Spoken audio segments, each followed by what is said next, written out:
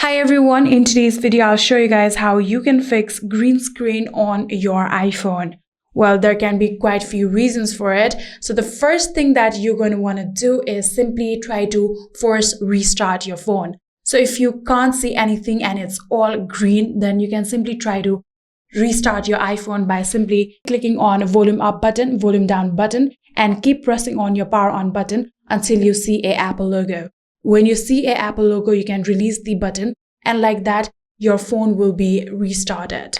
So even after forced restarting your phone, the screen is all green and you cannot even touch your phone, or even the touch is not working, then it might be a hardware issue. So I would recommend you guys to simply get to your nearby Apple store. But if you can use your phone and it's just a lighter shade of green and you can still use your phone, then you can get to the settings option on your phone.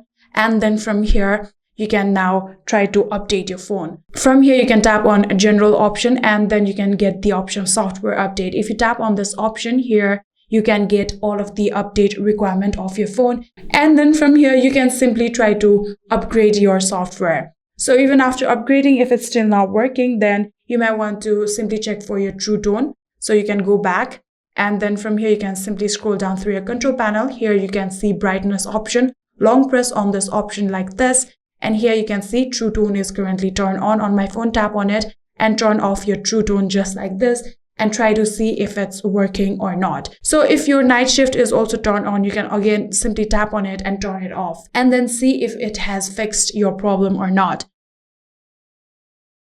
So if it's still a problem, then if you have put any kind of screen protector recently, then it might be that issue too. Simply take off your screen protector and see if that was the issue. It can mess up some of your sensor and show this kind of issue on your phone.